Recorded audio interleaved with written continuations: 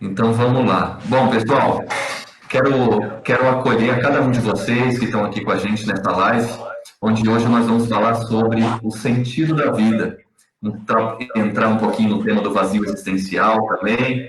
E é uma grande alegria estar aqui com a professora Heloísa, né? Tive a oportunidade de estar com a professora aí inúmeras vezes, né, dentro dos cursos, né, nas escolas de formação. Então, é uma alegria, viu, professora, mesmo que virtualmente, ver a senhora, né, estar junto aqui. E para quem não conhece a professora Heloísa, a professora é psicóloga, é especialista em logoterapia clínica, é especialista em análise existencial e logoterapia aplicada à educação pela Sobral.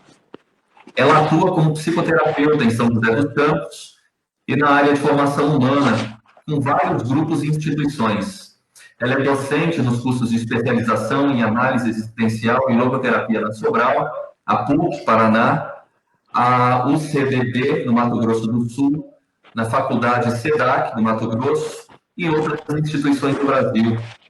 Ela é docente, consultora de formação em logoterapia e análise existencial do Instituto GEIS, é coordenadora do curso de pós-graduação em análise existencial e logoterapia da Sobral, e ela realizou estudos de logoterapia em Roma, Itália, sob a orientação do professor Dr. Túlio Basi, onde se encontrou pessoalmente com o Viktor Frankl e realizou essa revisão técnica de obras de Frankl publicadas em português. Ufa! Obrigado, professora. Que alegria estar aqui com a senhora e estamos muito felizes, né? Seja muito bem-vinda. Obrigada, eu que agradeço aí o convite, é uma alegria também a gente poder ter esses encontros, né, que na realidade são sempre encontros, só a forma que é virtual, né, mas o encontro é real.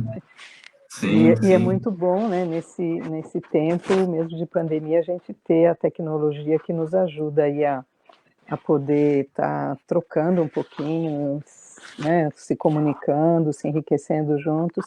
Eu agradeço o convite, é uma alegria também para mim e muito bom, agradeço também as pessoas que estão aí acompanhando, que sejam todos bem-vindos também. Muito Bom bom. estar com vocês. Professora, muito obrigado. Indo direto ao ponto, né, daquilo que é o ponto central do nosso tema de hoje, falando sobre a logoterapia,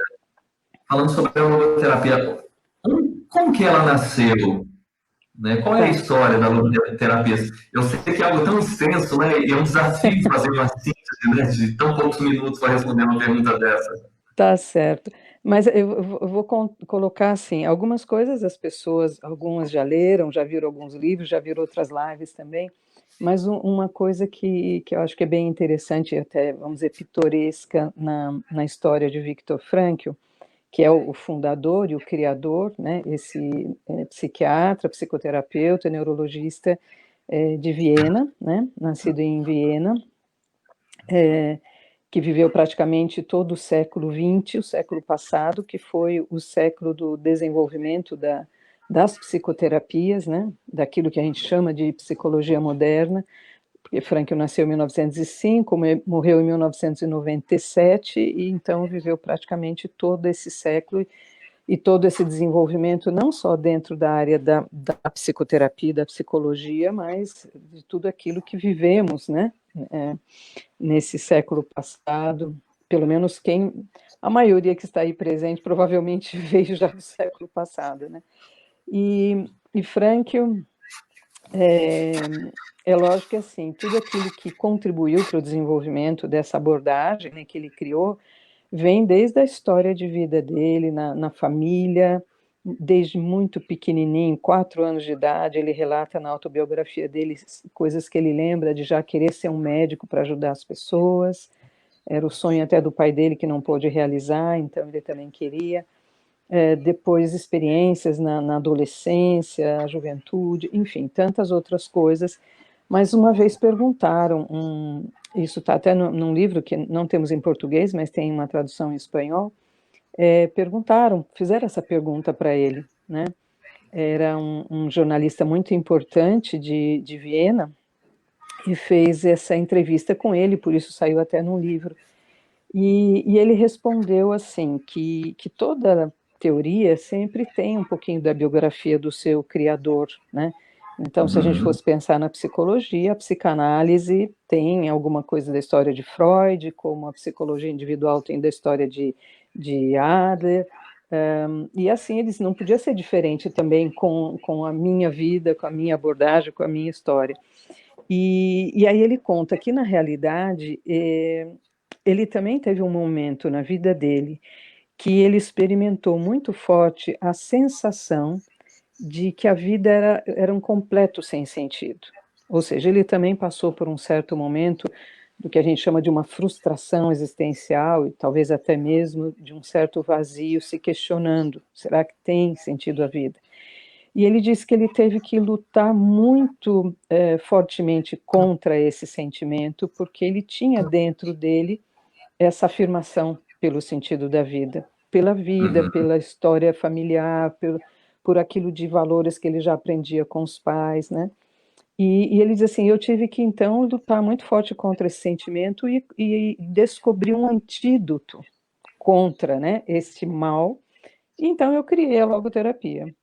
E aí o Fantástico. jornalista pergunta para ele, e quando que isso aconteceu? E aí ele responde, na puberdade. Ou seja, aquele momento da vida e que a gente tem um pouco mais noção das coisas e começa realmente a se perguntar, né, para que eu estou nesse mundo, para que eu vivo, qual é o sentido último das coisas, né? E aí o Sim. jornalista ainda continua, né? Então, você quer dizer que desde ali já tinha né, uma semente, um germe e tal, e ele disse assim, sim, é lógico que era muito intuitivo, mas era a experiência pessoal dele, e que a partir Sim. dessa experiência ele começa a fazer todo um esforço para descobrir caminhos na vida para uma atitude afirmativa diante da vida. E foi Uhum. assim que ele foi descobrindo aquilo que mais tarde ele veio dar o nome de logoterapia, de uma abordagem. Ele diz, com o tempo, essas coisas foram se desenvolvendo e quando a gente descobre, isso está tudo na entrevista, né? Quando a gente Uhum. descobre alguma coisa que pode ser muito boa, a gente quer dividir com as pessoas. E aí, então, o desenvolvimento da logoterapia, né? Então, a gente poderia dizer assim, que antes de tudo a logoterapia nasceu dessa experiência pessoal também de Frankl, Uhum. desde a sua vida familiar, do seu tempo antes até dos estudos. Depois ele começa a estudar, justamente querendo ajudar as pessoas, buscando uma compreensão das pessoas, ele vai estudar medicina para estudar a psicologia, né, porque a psicoterapia, a psicologia, né, na Europa, em muitos países, como na Áustria, não é uma profissão independente e um curso independente como é no Brasil. Então, é a psicologia uma especialidade, né, dentro da medicina, mas ele vai e começa a estudar e já desenvolver muito dessa proposta, que ele não Uhum. pensava que seria uma abordagem a mais, mas que era algo que precisava complementar as abordagens tradicionais, aquelas que estavam em voga naquele momento. E aí ele escreve, então, um manuscrito de um primeiro livro, onde ele já reúne todas essas ideias, os conceitos principais, que em português esse Uhum. livro se chama A Psicoterapia e Sentido da Vida, mas não tem a possibilidade de publicar, porque depois, logo em seguida, vem a perseguição nazista e as guerras, e ele, como era de uma família de judeus, passa também por essas experiências do campo de concentração, vai preso com toda a sua família. Ele tinha se casado há pouco tempo, então foi sua esposa, os pais, o irmão, e todos, inclusive, depois ele perde, né, eles morrem no campo de concentração e ele sobrevive, e depois que ele sai, é como se ele tivesse se confrontado não só com as situações de vazio e difíceis da vida, mas sobretudo aquelas de grande sofrimento, né? E ali ele pôde corroborar, né, assim, confrontar com tudo aquilo que ele já tinha de experiência, inclusive de atendimento em consultório, em hospital, vários anos ainda antes do campo de concentração, mas antes ele era só uma testemunha do que acontecia na vida dos outros, no campo aconteceu com ele, e ele reuniu tudo isso e incrementou, digamos, um pouco mais a logoterapia, e depois do campo, sim, aí ele já começa a trabalhar com o objetivo do desenvolvimento realmente de uma abordagem que tem como centro, como foco, a questão tanto da busca de sentido como algo constitutivo do ser humano, como a própria questão do sentido da vida, e trazendo isso com rigor científico para dentro da psicoterapia e mais tarde para outras áreas que foram se desenvolvendo também. Então, A logoterapia, professora, o nome, ele tem um sentido, um tem um significado mais sentido, profundo. sim. Esse nome, na realidade, não nasceu inicialmente para ser uma escola de psicologia. Em 1926, veja quanto tempo lá atrás, Frankl tinha, veja, ele nasceu em 1905, ele tinha 21 anos de idade, e ele já começava, estava ainda fazendo a faculdade, ele já começava a dar conferências. E conferências dentro do grupo de psicologia individual, que era o grupo que ele participava, com que ele estudava no momento, né? Ele começou a estudar com o grupo da psicanálise, depois ele foi percebendo que apesar da grande riqueza e contribuição que a psicanálise trazia, ela não contemplava essa questão do sentido da vida, das perguntas existenciais que ele, não só ele passou, como ele viu outras pessoas passando, ele viu que era próprio do ser humano. Ele foi para esse outro grupo de psicologia individual que tinha, vamos dizer assim, se desenvolvido um pouco mais nessa compreensão do ser humano. E numa das conferências dentro desse grupo, ele trouxe esse nome, ele dizia mais do que uma psicoterapia, ou seja, terapia, tratamento, cuidado, né? Terapia quer dizer isso, do psiquismo, nós precisamos de uma logoterapia, de uma terapia, tratamento, cuidado, manutenção para a dimensão do logos. E logos é uma palavra grega, que tem várias acepções e que ele tomou com esse significado de sentido, quer dizer sentido também, né? Então, ele diz de uma terapia que veja o sentido da vida, que considere a busca da pessoa, por isso o termo logoterapia. Né? Logoterapia. Essa passada de Viktor Frankl no campo de concentração, né, a gente vai remeter para a história dele, ele teve essa sanidade mental de mesmo sofrendo todos os horrores, né, do campo de concentração, ele teve essa capacidade de sair de si para continuar trabalhando em cima dessa teoria, né, de perceber que existiam situações parecidas onde a resposta era diferente. Quando ele via pessoas mais fragilizadas chegando no campo de concentração, onde no primeiro olhar o que ficava a impressão seria que aquele ali resistiria muito pouco.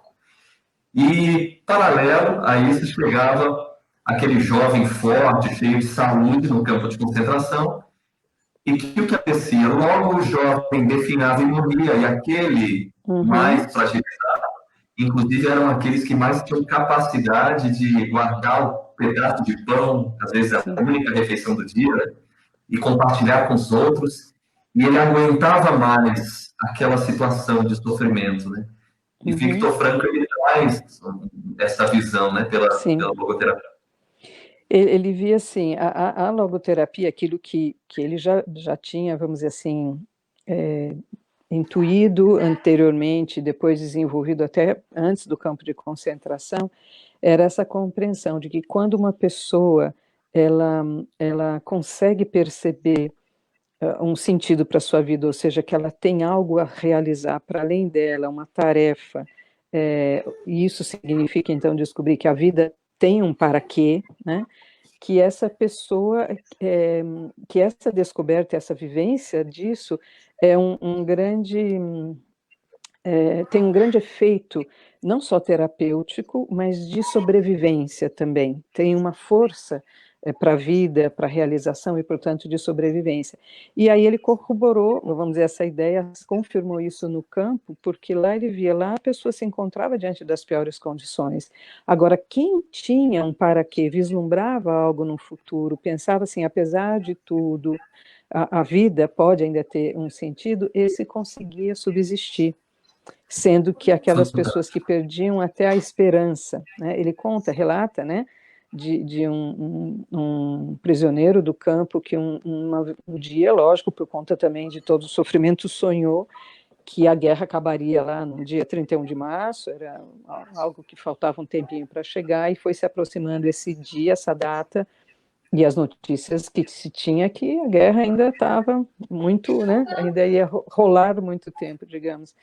E então ele perdeu a esperança, e esse era um daqueles que pareceriam fisicamente mais fortes, mas que sem a esperança de um para quê, né, de um sentido, sucumbiu e logo, em poucos dias, ele definhou, morreu ali. Então, Franco dizia, aqueles às vezes que eram até mais raquíticos, mas se tinha essa força e essa esperança, eles conseguiam resistir e continuar. E Fantástico. quando isso faltava força para continuar vivendo, né? Fantástico, fantástico. A logoterapia é incrível. Professora, aí quando a gente fala de visão do ser humano, existe um reducionismo, né, muitas Sim. vezes, dentro dessa visão do ser humano. O que Uhum. seria, professor, esse reducionismo? Sim. Bom, o reducionismo, que a gente em geral diz, toda aquela abordagem, quer dizer, toda aquela teoria, toda aquela visão em relação ao ser humano, que não vê o ser humano na sua totalidade, em tudo aquilo que é constitutivo do ser humano, e ao mesmo tempo acaba, por conta disso, perdendo de vista aquilo que é da essência do ser humano, ou seja, reduz o ser humano a um aspecto somente da sua própria realidade, né? É como se você pegasse a realidade que tem vários aspectos, e se você, vamos dizer, você pega o total, mas foca somente numa parte dessa realidade, e a partir só daquele aspecto você tenta explicar tudo, você está reduzindo tudo a só aquele pedacinho, a só aquela perspectiva, né? Por isso a gente chama reducionismo, ou seja, se a gente olhar para o ser humano e ver assim, o ser humano ele tem uma constituição e um modo de ser biológico, mas isso não é toda a realidade do ser humano. Um animal também tem uma realidade biológica. Se eu olho o ser humano e tento compreender tudo aquilo que faz parte da vida, do modo de ser, do comportamento do ser humano, e tento explicar, teorizar, né, entender somente a partir da dimensão, da dinâmica dos fenômenos biológicos, eu estou reduzindo o ser humano a só essa dimensão, sendo que ele é muito mais do que isso. E a dimensão biológica não é a única e nem a especificamente humana, ou seja, aquela que diferencia o ser humano dos demais seres. Essa abordagem, então, é considerada reducionista, né? Então, é isso que o reducionismo faz, perde de vista a totalidade da pessoa e, ao mesmo tempo, a essência do que é ser humano, né? Fantástico. E já puxando o gancho, professor, aí do que a senhora falou da constituição do ser humano, como é Sim, que Viktor Frankl analisa essa sim. constituição do ser humano, Uhum. professor? Daria para aprofundar um pouquinho mais aqui sobre Dá. isso? Dá. Essa é uma, assim, pelo menos eu pessoalmente considero uma das maiores contribuições da logoterapia, não só para a psicoterapia, como para todas as áreas que trabalham, né, que envolvem o ser humano, que a gente diz que é uma antropologia, né? A antropologia, né, que estuda o que é próprio do ser humano. É, Viktor Frankl, quando ele foi estudando nas primeiras teorias, essas primeiras escolas, que também traziam grandes descobertas sobre o ser humano, ele foi percebendo esses reducionismos. Ele vê, puxa, isso tudo que se vê, descobrir, por exemplo, o inconsciente no ser humano, isso é muito importante, mas não é toda a realidade do ser humano. E querendo, então, superar essa visão reducionista, ele começa a olhar, ó, nós precisamos, olhando a vida humana, como ela se expressa, como ela se manifesta, perceber todos os modos de ser do ser humano, né? E quando a gente fala em modos de ser, né, aquilo que é próprio do ser, nós estamos falando de uma ontologia, né? Ontologia é aquela parte da filosofia que estuda o ser. E ele dizia, mas essa ontologia, ou seja, esses modos de ser, eles são, têm dimensões diferentes de ser. Eu não sou somente um ser biológico, não tenho somente um corpo que envolve fenômenos como, sei lá, minha circulação, respiração, coração batendo, que eu tenho os órgãos dos sentidos que me ajudam a perceber a realidade. eu sou mais do que isso. Essa é uma dimensão, mas eu tenho outras, né? Então, ele dizia, a gente precisa, então, desenvolver uma ontologia dimensional, ou seja, uma compreensão do ser humano em todos os seus modos de ser, em todas as dimensões que o constituem.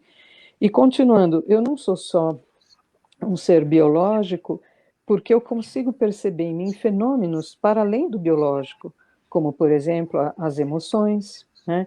A gente percebe os impulsos, isso já foi a descoberta do próprio Freud, né, com a psicanálise.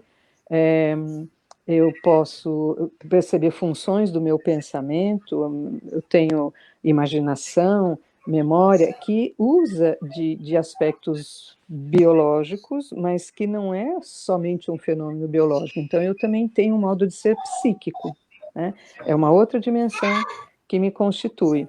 Então, nós somos seres biológicos e psíquicos, mas ainda ele dizia, não é isso que diferencia, que especifica o ser humano, porque não é isso que diferencia o ser humano dos demais seres, especialmente do animal. O ser humano não é só um Uhum. animal mais evoluído, ou, sei lá, uma máquina muito bem elaborada. Aonde Sim, está o propriamente humano? O que faz do ser humano uma pessoa, né? E aí, essa reflexão, ele propôs o que ele chama de uma comparação com as leis da geometria, né? Vou dizer aqui, vamos ver se dá para entender sem demonstrar visivelmente, mas ele diz assim, se a gente pegar um fenômeno tridimensional como um cilindro, e se a gente coloca esse cilindro perto, sei lá, de planos, por exemplo, horizontal e vertical, e lança luz nesse fenômeno, nós vamos ver que esse fenômeno projeta uma sombra, por exemplo, numa mesa, eu pego um copo, ou um cilindro, sei lá, maciço, e projeto uma luz sobre ele, eu vou ver que se projeta desse fenômeno uma sombra, vamos dizer, nesse plano horizontal que seria a mesa. Ele diz, é como se eu olhasse só a dimensão biológica, por exemplo, do ser humano. Eu vejo alguma uhum, coisa que é do próprio ser humano, mas eu não vejo a totalidade. Eu posso projetar uhum, numa parede vertical também. Por exemplo, se eu uhum, projeto ali, eu vou ver uma sombra retangular ali desse cilindro. E isso a gente poderia dizer, eu posso olhar para o aspecto psíquico do ser humano, inclusive estudá-lo nesse aspecto, mas ali também não está toda a realidade do ser humano. Onde que eu vou uhum. encontrar aquilo que é propriamente humano, o que é próprio desculpa, ainda não do ser humano, do próprio cilindro, né, da própria fenômeno tridimensional. Onde que eu vou Sim, encontrar aquilo que é da essência desse fenômeno? Naquele espaço onde esse fenômeno está, que é tridimensional, perfeito. né? E Então ele quando, viu, disse, professor, e quando eu eu vou dizer que aquele objeto é só aquilo do qual está sendo projetado na parede, se eu aquele olhar retângulo, só a sombra, se eu é um olhar só a reducionismo. projeção, é um reducionismo, porque, por exemplo, se eu olho para Perfeito, um círculo que vai dar uma sombra numa mesa, se eu pego um cilindro e coloco ali, eu vou ver um círculo. O círculo não é um cilindro, não é a realidade total. Eu vou ver um pedaço. Então, se eu digo aquilo ali é um cilindro, eu estou reduzindo, o cilindro é somente um perfeito, círculo, né? E aí perfeito. ele diz para o ser humano a mesma coisa. Se eu olho o ser humano comparando o cilindro como fenômeno humano e digo ele é só um ser biológico, eu estou reduzindo o ser humano só a biológico. Eu não estou vendo nem a totalidade nem a essência. Então, ele Fantástico. fazendo esse tipo de reflexão que ele usava para ser didático, para explicar, ele dizia qual é esse lugar, esse espaço, esse âmbito, entre aspas, onde está o especificamente humano. E aí ele faz um Uhum, caminho assim, ele diz, apesar de todos os limites, os determinismos que brotam das leis que regem o nosso modo de ser biológico e o nosso modo de ser psíquico, porque nós temos o modo de ser biológico, por exemplo, eu tenho um corpo, para a vida permanecer nesse corpo, eu tenho necessidades, para que a vida continue, eu tenho que satisfazer essas necessidades, então eu vou precisar de alimento, etc. Querendo ou não querendo, isso é determinado, né? São leis uhum, biológicas que regem minha vida nesse nível físico.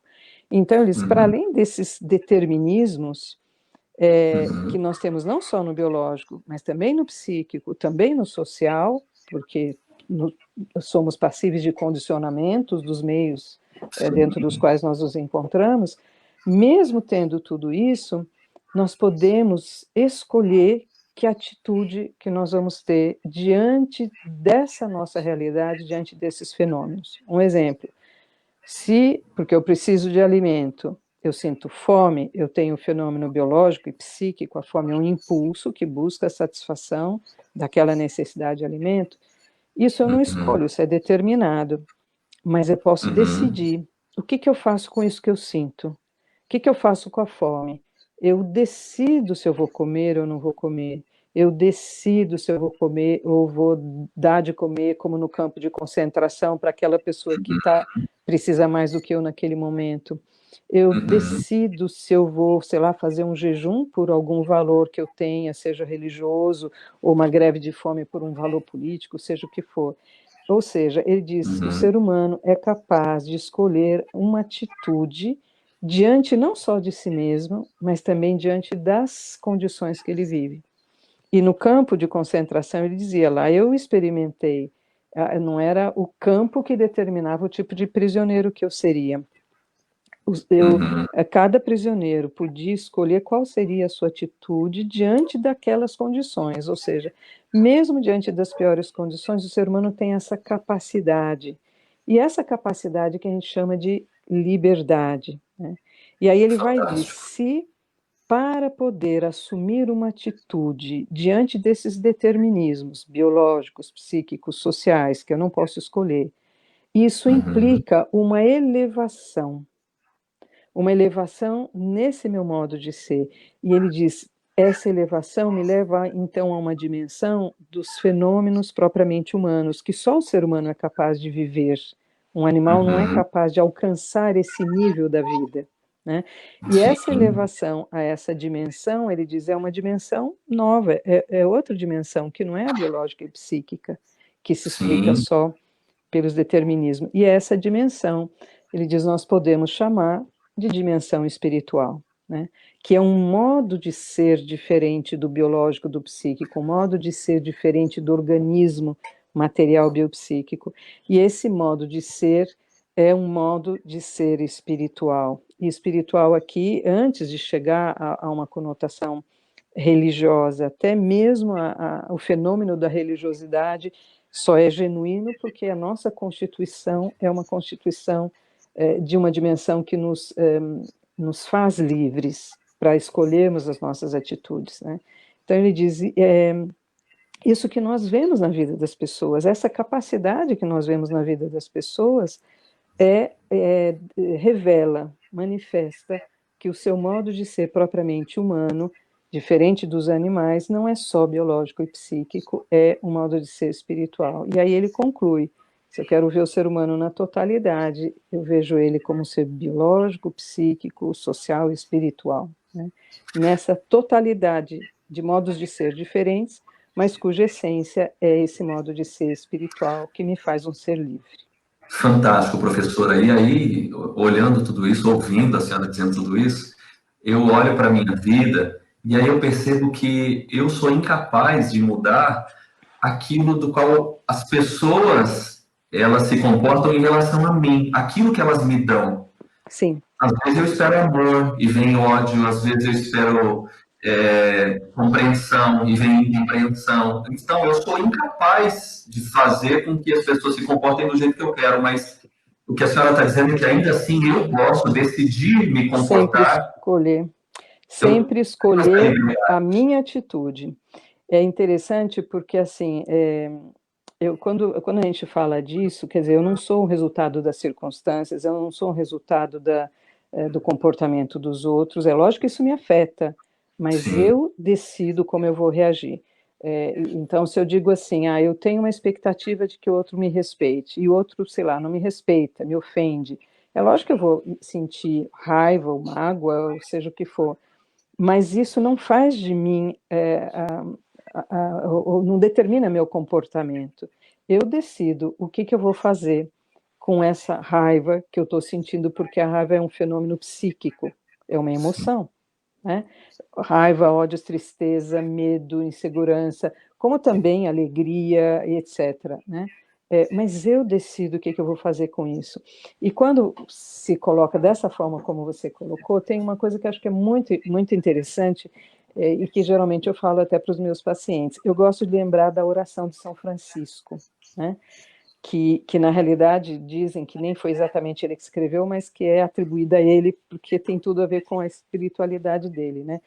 Mas eu vejo, isso assim, é universal, independente até de uma pessoa ser religiosa ou não, as pessoas conhecem, né? Que é um hino, né? E o que diz a segunda parte, especialmente da oração? Senhor, fazer que eu procure mais compreender do que ser compreendido, consolar do que ser consolado, compreender que ser compreendido, amar que ser amado. E aí, às vezes, as pessoas dizem assim, mas isso exige muito da gente como ser humano. O santo falou isso porque ele era santo, ou alguma coisa do tipo, né? E na realidade, não, porque eu vejo que essa oração é um hino à humanidade, a essa capacidade de liberdade do ser humano. Justamente por isso, porque ser consolado, compreender, ser amado, não depende de mim. Pode ser que venha, ou pode ser que não. Mas eu consolar, eu compreender, eu amar, eu posso sempre decidir, independente de qualquer condição. Ou seja, está falando daquela capacidade que é constitutiva de todos os seres humanos, né? Sob qualquer circunstância. E isso é muito importante, porque às vezes a gente se vê também de forma reducionista, né? A gente também acha que a gente não é capaz, a gente também acha que tem que agir só de acordo com as emoções e com os sentimentos, mas somos nós que decidimos também diante dos sentimentos e das emoções e como nós vamos encaminhar a nossa vida, né? E uma coisa, professor, é fato que todo ser humano busca sentido na sua vida. Sim. Todo. Isso é inerente, né? Ele é movido por essa vontade de sentidos. Explica pra gente, professora, como Sim. que se dá isso daí? Uhum. O caminho que Viktor Frankl fez para chegar a esse conceito, né, de vontade, de sentido, porque isso, por exemplo, de liberdade, outras linhas, outras teorias já falavam, mas vontade de sentido é um conceito, uma compreensão que é assim, específica de Viktor Frankl e da logoterapia, né? Foi a contribuição também assim à ciência a partir dessa visão da ontologia dimensional, ou seja, dessa visão do ser humano. Porque a pergunta que Frankl se fez foi assim, tá, podemos constatar então, vendo essa capacidade do ser humano de escolher uma atitude em cada momento, que o ser humano então é um ser livre. Mas para que ele é livre? E essa foi uma pergunta que Frankl fez, diferente até de outros existencialistas que falavam da liberdade, mas não fizeram essa pergunta. Ele não é livre para o nada, ele é livre, só pode ser para alguma coisa, né? E aí ele olhava, já desde a adolescência, ele viu uma vez uma situação de um colega de colégio, na realidade, agora se chama o ensino médio, né?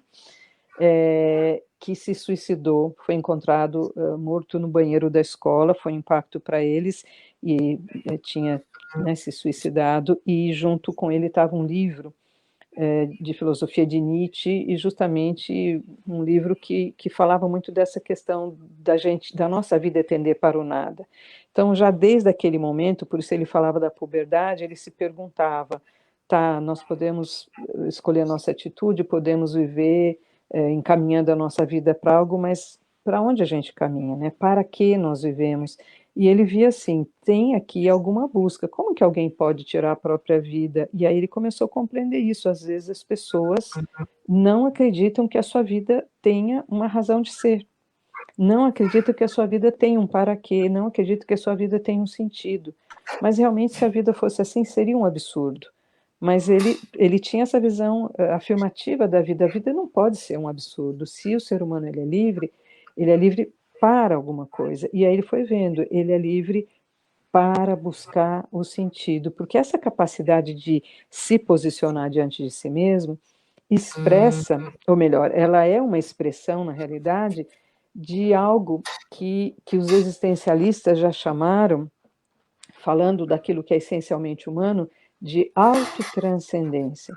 Esse modo de ser espiritual se expressa nesse modo de ser com capacidade de não viver somente em função de si mesmo, mas sendo capaz de se dedicar a alguma coisa ou a alguém, por amor a alguém diferente de nós mesmos. E esse modo de ser, para além de si, é que faz de nós livres. Esse modo de ser que me possibilita ter uma atitude diante de mim. Então ele dizia, essa liberdade, que na realidade é essa capacidade de viver por algo, por alguém, ou seja, para além de mim, é, na realidade, também para alguma coisa, não é para o nada. E esse alguma coisa, então ele foi entendendo, é por um sentido. O ser humano está em busca de sentido. Aquilo que primariamente move a sua vida é essa vontade de descobrir uma razão para a sua existência. E isso que ele chamou, então, de uma vontade de sentido. Diz, ele é capaz de ir além de si, mas ele vai além de si porque ele está em busca desse sentido. É uma dinâmica, é aquilo que move a nossa vida. A gente acorda a cada dia precisando ter uma razão para sair até da cama, para sair, sei lá, até às vezes da nossa preguiça, para sair ao encontro de alguma coisa pela qual vale a pena viver, né? Isso que nos move é a nossa vontade de sentido, é essa busca que é constitutiva de todo ser humano, né? E por um outro lado, professora, o ser humano, quando ele não encontra o sentido da sua vida, ele cai nessa falta de sentido, nesse vazio Exato. existencial. Como é que isso se dá, professora? Então, Victor Frankl gostava muito de fazer comparações, né? Então, ele sempre colocava, assim, por exemplo, a comparação que a gente fala até nos cursos com o olho, né? O olho tem uma finalidade também, tem uma razão de ser. Ele existe para ver além de si. Quando ele volta para olhar a si mesmo, ele não consegue ver a gente. O olho não consegue ver a si mesmo, né? E quando, então, fazendo essa comparação, o ser humano, da mesma forma, se não cumpre a sua finalidade, ele vai ter consequências. Se o olho enxerga algo de si, é porque ele está doente, porque ele, na sua saúde, vamos dizer, na sua finalidade, ele não é capaz de ver a si mesmo. Quando vê algo, por exemplo, eu vejo a realidade um pouco nublada, na realidade isso é uma catarata, é uma doença do próprio olho. Então ele colocava assim, o ser humano também ele existe para autotranscender, para ir além de si, para buscar um sentido, mas quando ele não vai além de si e, portanto, não descobre o sentido, ele também tem essas consequências, e as consequências é frustrar essa sua essência, é frustrar essa dinâmica propriamente humana. E, portanto, essa vivência de frustração, se ela permanece na nossa vida, porque em algum momento pode ser que eu perceba assim, puxa, para que mesmo que eu estou fazendo esse trabalho? Porque experimento uma certa insatisfação. Mas se aqui essa pergunta já me move para o sentido, eu caminho. Mas se eu permaneço na falta do sentido, nessa frustração, aí se instala um sentimento de vazio, de vácuo dentro de mim, né? Com essa sensação, com esse sentimento de que a vida não tem sentido, que a vida não vale a pena, que não tem um para quê, não tem um para que existir. E é isso que a gente chama do vazio existencial. E ele se manifesta em muitas circunstâncias da vida e em muitas características da nossa vida atual, né? Dessa Uhum, vida da pós-modernidade, né? uhum, uhum. E esse vazio existencial, professor, ele tem algumas manifestações, né? Sim, De exato. maneira A, particular, a são até gente, manifestações, né? sim, Principais. existem.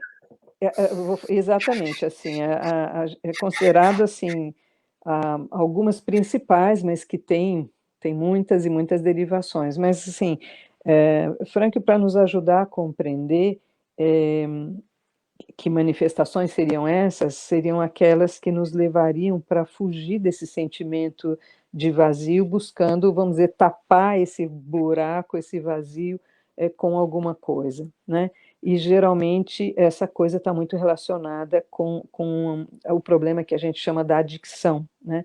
Buscar entorpecer-nos a nós mesmos, a nossa vida, com alguma coisa que traga um prazer, ou pelo menos uma ideia de prazer momentâneo ou um prazer artificial a partir de substâncias alucinógenas. E aí nós vamos ver, por exemplo, o problema da droga, o problema do álcool. Hoje a gente vê muito o problema das pessoas que buscam fugir da própria realidade, para fugir dessa sensação de vazio através da vida virtual, né? A tecnologia hoje traz muito, então muitas vezes as pessoas estão lá como se estivesse consumindo uma droga também através disso, se alimentando disso, que na realidade só aumenta o vazio, só aumenta o buraco, vamos dizer assim, né? Porque não traz verdadeiramente o sentido para a vida. E a pessoa nessas situações, se afastando da sua própria essência, do seu próprio modo humano de viver, é, e sem descobrir o sentido, consequentemente também sem descobrir o valor da sua própria vida, vai se degradando, né? Então, essa questão da adicção ou droga-adicção, a gente poderia chamar, seria uma das grandes manifestações. Uma outra manifestação é aquilo que a gente pode perceber de um acento assim na agressividade, na relação, nos relacionamentos das pessoas, né? Aquela pessoa que não descobriu o sentido nem da sua própria vida e nem o valor, então, da sua própria vida, dificilmente descobre o valor do outro também, né? Portanto, a gente vê uma grande desvalorização, desrespeito à vida do outro. O outro muitas vezes é visto somente como um objeto dos nossos próprios interesses e não como na sua dignidade como pessoa. E isso faz com que a agressividade aumente. As pessoas são cada vez mais violentas, né, na relação com os outros. E nesse sentido, não só a questão da violência, em termos da criminalidade que está aí, que hoje se mata, né, por tão pouco, mas também em várias situações do dia a dia, dentro do trabalho, dentro da família, dentro no trânsito, né? A gente vê muito isso na política, em tantos lugares que as pessoas são cada vez mais agressivas umas com as outras, porque estão sempre num fechamento dentro de si mesmo e não vivendo aquela autotranscendência, aquela busca do sentido que ajuda ela também a descobrir não só o sentido da sua própria vida, como o valor da vida das outras pessoas. Então, essa seria uma segunda grande manifestação.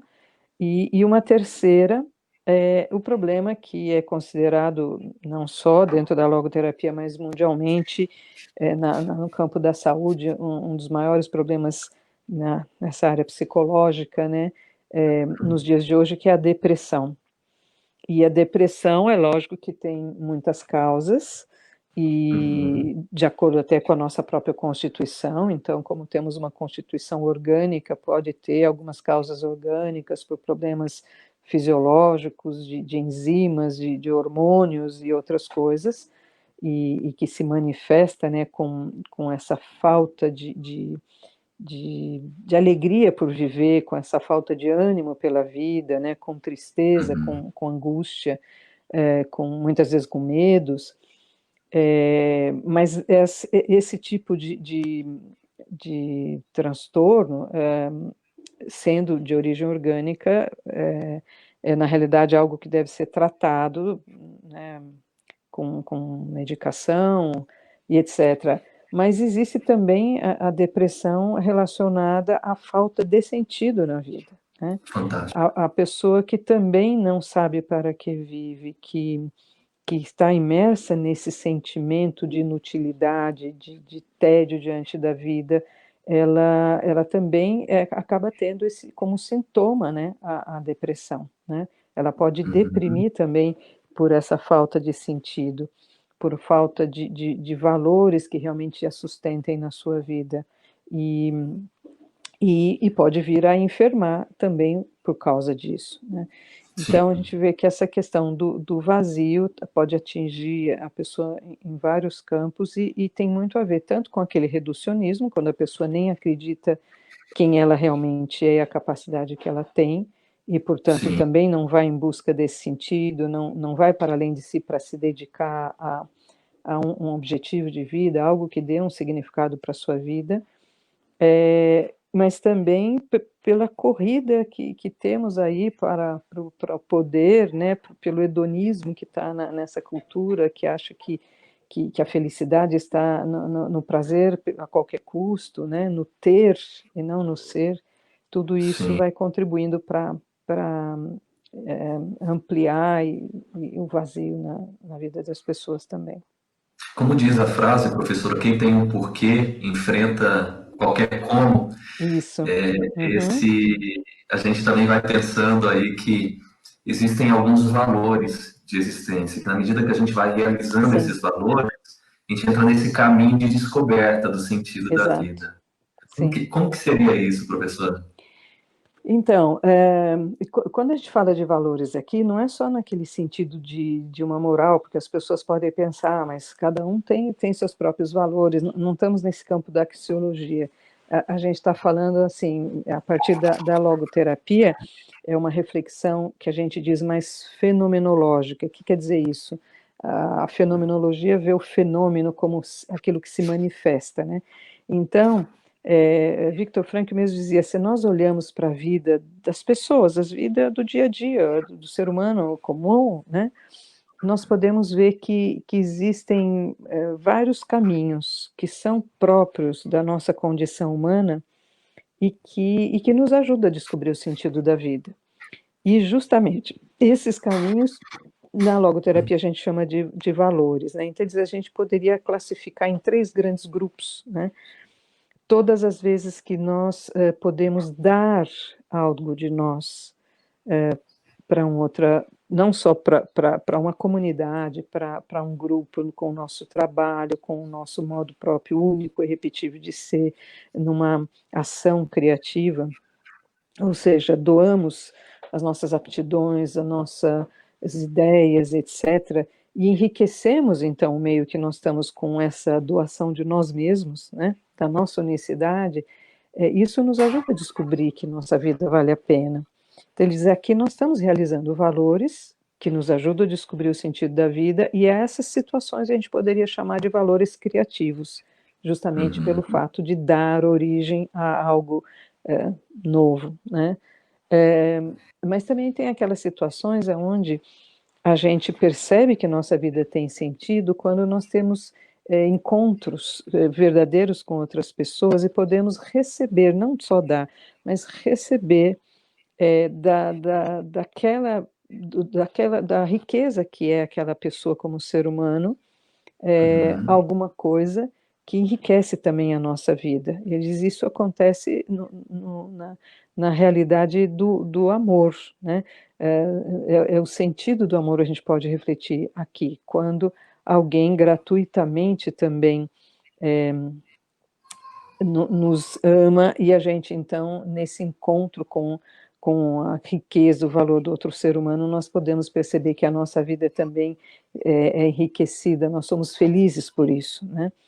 Uhum. Ou então, quando a gente pode contemplar a beleza da vida, da natureza, a beleza de uma obra de arte, ou seja, todas as vezes que aquilo que nós recebemos enriquece a nossa vida, nós podemos descobrir também o sentido, e essas vivências, então, que fazem possível isso, então, chamamos de valores vivenciais. E uma terceira categoria, vamos dizer assim, dentro dessa classificação, seria aquelas circunstâncias que nós nos deparamos com situações também próprias da vida, mas que são limites na nossa vida, aquelas situações que nós não podemos mudar. Como a gente falava antes, tem coisas que não dependem de nós, né? É, que podem acontecer e acontece na vida de todo ser humano, e que a gente poderia dizer que é o trágico da vida, como os existencialistas falavam. Então, Frankl dizia assim, por exemplo, todo ser humano um dia sente dor e sofre, né? Faz parte da nossa realidade limitada também da vida. Todo ser humano pode falhar, errar um dia e sente culpa. E todo ser humano um dia vai morrer, né? Vivemos dentro do tempo e vivemos então a transitoriedade da vida. E dessa forma, a gente se depara com esses limites que são próprios da nossa condição humana. E aí a gente poderia se perguntar, então a vida aí nessas circunstâncias não tem sentido? Ele diz, não, ainda cabe aqui uma atitude diferente diante dessas circunstâncias, que ainda é a realização de um valor que a gente chama valor de atitude. Ou seja, toda vez que eu me deparo com algo que eu não posso mudar na minha vida, essa situação me convoca a mudar a mim mesmo, a mudar a minha atitude. E quando eu sinto que aquilo que eu posso mudar, essa atitude de continuar vivendo apesar daquilo, ou para além daquilo, ou por amor a algo ou alguém, eu vejo que vale a pena passar por aquilo que é um sofrimento para mim, eu posso descobrir que minha vida também tem sentido, também vale a pena.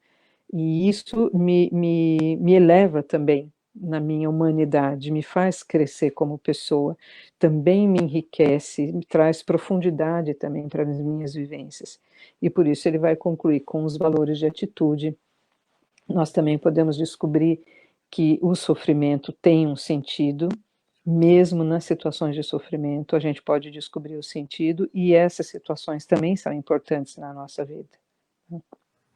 Porque a gente acaba não estando imune também a tudo isso, né, professora, como a Sim. senhora mesmo explicou. E quando a gente se depara com pessoas que estão mergulhadas no vazio existencial, existe uma forma melhor de ajudar essas pessoas? Que estão mergulhadas como? No vazio No existencial. vazio? Sim, se o vazio existe, na realidade a gente se pergunta assim, como é possível uma pessoa sofrer pela falta de sentido na vida? Por que que isso acontece? E quando a gente pergunta isso, a gente só conclui, a pessoa sofre pela falta de sentido porque é essencial para ela encontrar o sentido. Então, se o vazio é a falta de sentido, o caminho é buscar o sentido. E como que nós encontramos sentido? Porque esse vazio eu não vou preencher com outras coisas, a não ser com aquilo pelo que ele existe, pela falta de sentido, né? E como que eu descubro o sentido? Através dessas circunstâncias, dessas três grandes categorias que estão na vida de todos e qualquer ser humano, em qualquer momento, em qualquer cultura, em qualquer condição de vida, porque é uma condição de ser humano, né? Então, nas tarefas do dia a dia, num trabalho, que realmente seja uma dedicação a uma causa, né? E não só uma busca egocêntrica de mim mesma, isso desde as pequenas tarefas do dia a dia até nas situações, sei lá, mais heróicas da vida. Mas, por exemplo, nesse tempo de pandemia, a gente tem falado muito, né? As pessoas estão até tendo dificuldade de trabalhar no emprego, mas quantas circunstâncias que esse tempo trouxe também de descoberta, por exemplo, de ajuda a um vizinho, ou até de uma pessoa da própria família. E a gente vê que essa capacidade gratuita do ser humano de fazer algo por alguém não é só a gente chama de solidariedade, mas por que que ela existe? Porque eu tenho a capacidade de me doar, eu tenho a capacidade de me dedicar. E isso é a realização de um valor criativo, né? Então, desde uma comida que você faz com carinho e tal para alguém que precisa de alguém que faça, como também daquelas pessoas que estão se dedicando, às vezes num hospital, correndo risco, mas para salvar vidas. Então, são circunstâncias de realização de valores criativos, né? As pessoas que estão fazendo músicas, que estão tentando trazer uma atividade artística para alegrar a vida das pessoas que estão sofrendo, são valores criativos. Fantástico. Os valores vivem, e eu estou aproveitando o exemplo da pandemia, mas isso não é só na pandemia, isso é em qualquer momento da vida, né? Sim, sim. Aquelas experiências dos verdadeiros encontros, né? Quanto que também a gente pode descobrir o valor daquelas pessoas que estão ao nosso lado ou daquelas que estão distante, porque a gente não pode encontrar. E Sim. então nessa vivência de acolhimento, né? Do valor de um outro ser humano, da arte. Então, sei lá, ouvir uma boa música, sair para contemplar realmente a beleza da natureza, tudo isso também são valores vivenciais que nos ajudam. Então, às vezes, se dedicar a uma atividade artística, né, são coisas que podem ajudar a pessoa. E também a questão, especialmente, porque uma pessoa que está no vazio, ela pode pensar assim, como você falou, ela que está imersa, né? Ela pode pensar assim: ah, mas eu não tenho vontade de fazer nada disso. Não tenho vontade de encontrar ninguém. Eu não tenho vontade, sei lá, de ter uma atividade artística, porque ela está vivendo o próprio vazio e, portanto, não encontrou o ânimo e a força para realizar, porque isso brota da descoberta do sentido. E aqui, Uhum. então, precisa dos valores de atitude. Ou seja, eu preciso me dar conta que aquilo que eu estou sentindo, que eu estou vivendo, é um sintoma, me traz sofrimento, mas não é a minha realidade, a minha essência. Aquilo pode ser um sintoma, mas não o meu próprio eu. E Só um eu, minutinho, professora. A sim, gente está encerrando aqui no Instagram, mas vocês podem ir lá no meu Facebook, que a gente vai finalizar daqui a pouquinho no meu Facebook em 3, 4 minutinhos, nós vamos fechar lá. Então, uhum, continuamos aqui pelo Facebook. Vamos lá, sim, professora, desculpa. não, tudo bem. Mas podemos continuar já, né? Tá, está encerrado, Podemos. tá. Isso. É, então, eu viro para outra câmera melhor aqui. Mas Isso. para fechar, fomos além ali já. É, nesse momento que a pessoa também pode sentir assim, mas eu não tenho ânimo, né? Não me animo a fazer nada, é porque realmente esse ânimo, essa força para a superação, para a realização, ela vem da descoberta do sentido. Mas eu preciso, nesse momento, não me confundir com o meu próprio sintoma, não me confundir com aquela sensação de desânimo, de tédio, de tristeza ou de vácuo que está dentro de mim.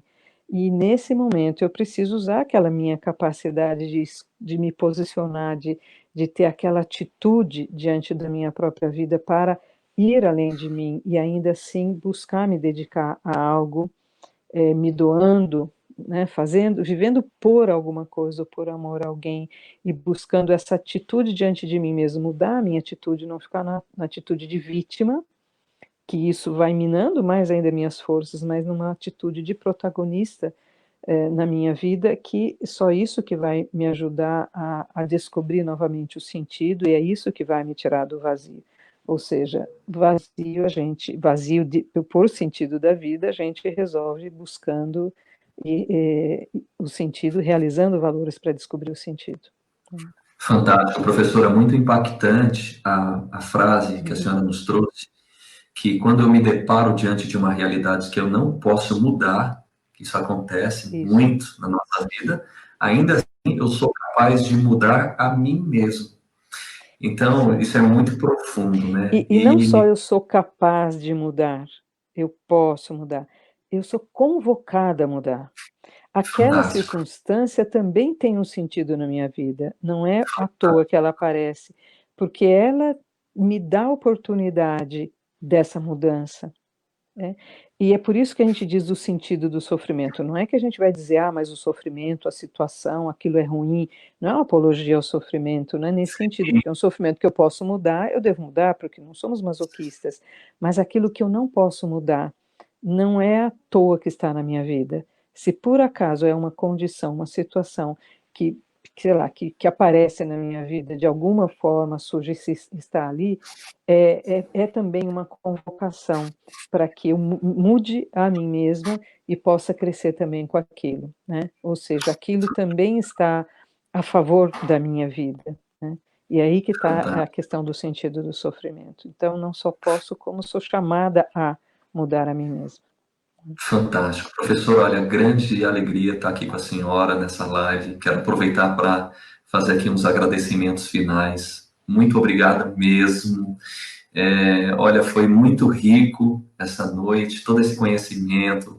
Agradeço de coração a todos que nos acompanham ainda, os que nos acompanharam pelo Instagram. Faço aqui em nome de todos, principalmente porque amanhã é um dia muito especial para a senhora e para todos os psicólogos, né? É Porque amanhã verdade. não é verdade? Isso Então mesmo, é dia do psicólogo. eu quero aqui deixar esse agradecimento da senhora, lhe parabenizar. Quantas vidas foram tocadas por tudo aquilo que a senhora autotranscendeu, né? A senhora saiu de si para poder se dedicar aos estudos, autotranscendeu hoje para abrir mão de uma série de coisas para estar conosco nessa noite. Então, agradeço muito a Deus pelo dom da sua vida, né? E faço esse fechamento com esse agradecimento. E deixo aqui a palavra aberta para se a senhora quiser fazer uma colocação final que a senhora acha importante. Eu, antes de tudo, agradeço também, agradeço o seu convite, aí, a possibilidade do encontro, não só com você, como as outras pessoas que estão aí, né, acompanhando, é uma alegria.